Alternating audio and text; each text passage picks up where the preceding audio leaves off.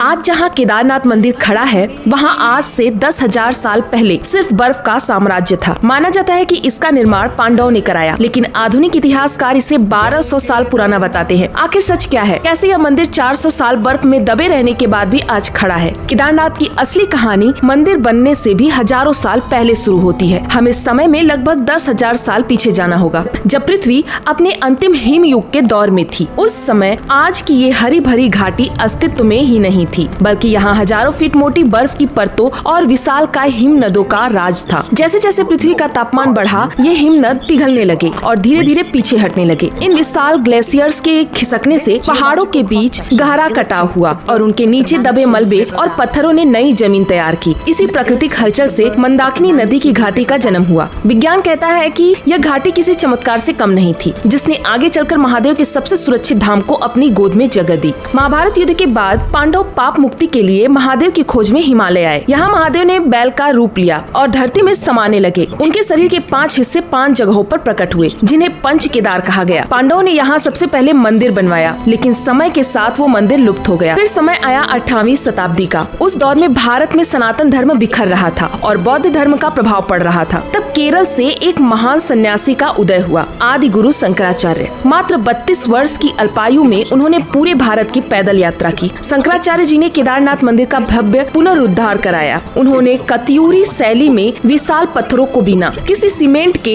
Interlocking तकनीक से जुड़वाया। उन्होंने यहाँ आकर न केवल मंदिर को फिर से स्थापित किया, बल्कि सनातन धर्म को एकजुट करने के लिए 4 मठों की स्थापना भी की। कहा जाता है कि इसी केदारनाथ मंदिर के पीछे शंकराचार्य जी ने अपनी देह त्याग दी और समाधि ली। लेकिन सबसे बड़ा चमत्कार तो इसके बाद हुआ। 13वीं से 17वीं शताब्दी के बीच आए लिटिल आइस एज ने इस मंदिर को 400 सालों तक बर्फ की मोटी चादर के नीचे दबा दिया। वैज्ञानिकों के अनुसार ग्लेशियर मंदिर के ऊपर से रगड़ते हुए गुजरते रहे, लेकिन शंकराचार्य जी की बनाई हुई वो इंटरलॉकिंग इंजीनियरिंग इतनी बेजोड़ थी कि मंदिर की एक दीवार भी नहीं गिरी। और फिर आया 2013 का वो प्रलय, जब पूरी केदार घाटी तबाह हो गई। तब एक विशाल चट्टान भीमशिला मंदिर के पीछे आकर ढाल बन गई। पानी का रास्ता बदल गया और मंदिर सुरक्षित रहा। हजारों सालों का इतिहास, पांडवों की श्रद्धा और आदि शंकराचार्य का संकल्प। केदारनाथ आज भी हमें याद दिलाता है कि सनातन सत्य है और अटूट है। अगर आप भी महादेव के भक्त हैं तो कमेंट में हर हर महादेव लिखना ना भूलें।